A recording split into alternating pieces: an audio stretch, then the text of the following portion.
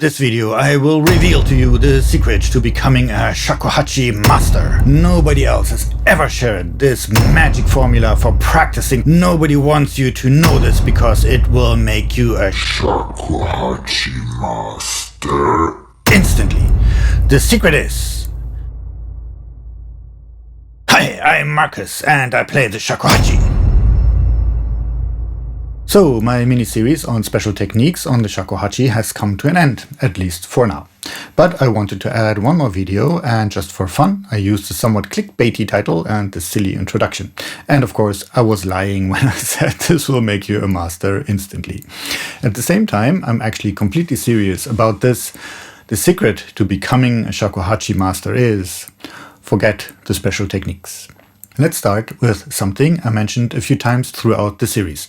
Yokoyama-sensei did not mind which exact technique you use for these special techniques.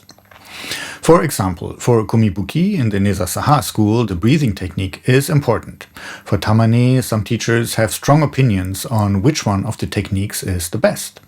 And I've heard similar remarks about muraiki kubifuri over the years and all the other things as well. I unfortunately never met Yokoyama-sensei, but one of the things he apparently often said when he was asked about how to play komibuki, muraiki, and so on, is that it does not really matter how you do it, as long as it's good enough, of course. So, after having talked about special techniques quite a bit, I feel I should explain this a bit, maybe because it does sound like a contradiction, talking about it so much, but it's not important. In a nutshell, Yokoyama-sensei apparently thought only 2 or 3 things are important for playing shakuhachi, but they are crucial. Not just important, but crucial. All the other stuff is not important. So, what is important? From my teacher, I have heard many times that Yokoyama-sensei emphasized pitch is the #1 priority. I even got out my waggy finger. So, let us start with the general observation that pitch is difficult to control on the shakuhachi, which means that it is not only easy to play out of tune, it is actually very difficult to play in tune. This is the polar opposite of the piano, for example, where the player cannot influence the pitch at all. On shakuhachi, you can produce any frequency, so producing a particular pitch precisely often is difficult. 2 obvious examples are playing merry notes, especially ones like tsumeri, rodaimeri, or the more unstable notes like re or e, because the pitch of these notes strongly depends on the volume. Try playing re and get louder or quieter without adjusting the playing position, and you will quickly see that the pitch changes rapidly. The next important aspect in playing shakuhachi is the sound color, or the tone. Making a good sound on any instrument is a challenge, of course, but if I use again the counter example of the piano, here the range of sound colors you can produce is very limited. On the shakuhachi, because of the open top, you can make a wide range of sound colors, and if you are learning shakuhachi, you will have realized right with your first few notes that it is difficult to make a good sound, meaning usually a sound that is not too breathy and has no accompanying whistle tones. In this context, I often remember another anecdote I heard about Yokoyama-sensei many times. When he got interested in shakuhachi, he was told that playing shakuhachi is a dying tradition. So at some point, he decided to make it his life's mission to let the shakuhachi survive for at least 1 more generation. And for that, he needed to get people interested in the instrument.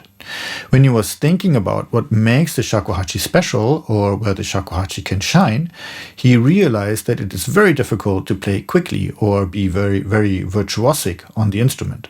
The construction of the instrument just makes this very difficult.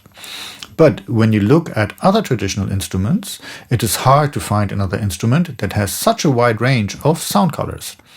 Modern instruments like synthesizers, for example, are of course very different in this regard. But because of the limitation, he leaned into this aspect of the shakuhachi's sound color and thought it is important to make the most out of this feature, if you like. Taking a quick detour, recently I am thinking that adding to this list of 2 aspects, pitch and sound color, wax on, wax You maybe should add a third, which is volume control, especially in Honkyoku.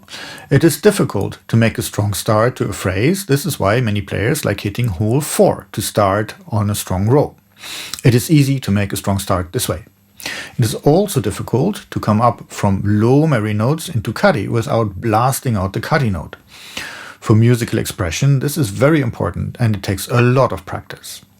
And a final example of where volume control is difficult is producing a good long note fading out into silence.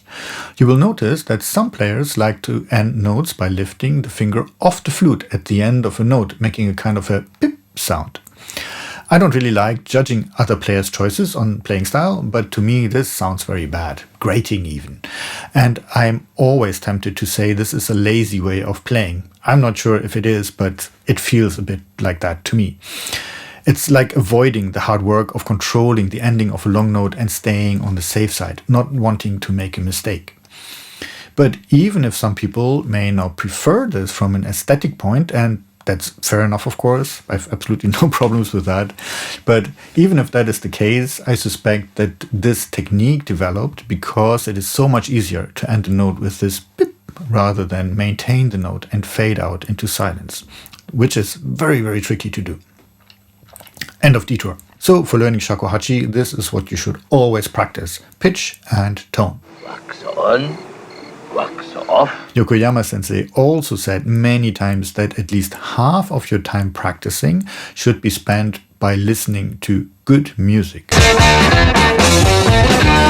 Only if you listen and you learn to listen, you know what you are aiming for and what your own playing should sound like. But let's get back to the main topic of what was important to Yokoyama sensei, so pitch and sound color. Wax on. Wax off. And maybe we can add volume control and listening to this as well. One thing about this that often takes a while to accept, it certainly took me quite a while to really understand and appreciate this point, is that for Yokoyama sensei, the importance of pitch and tone is 100 out of 100. But here's the crucial bit. All the other stuff, while that is important too, of course, does not have an importance of 80 or 70, but the importance of this is maybe 20 or 25. So if you play tamane with a particular technique and it sounds good, it's good. If you use another technique and it sounds good, it's good. But it does not really matter that much. Of course, if you cannot play tamane or kumibuki, etc., that's not good either, and you should find a way to do this. So, wrapping up. Always go back to the basics. Don't worry about the special stuff.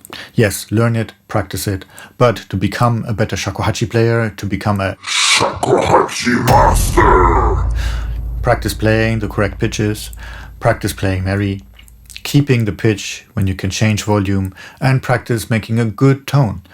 This is why some people ascribe this magic power to Rubuki. Ooh. Rubuki is not that important.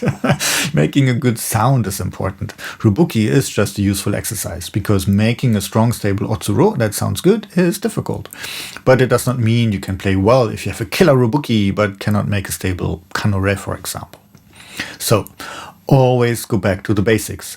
Let me give this idea that you should spend at least half your practice time listening a different spin.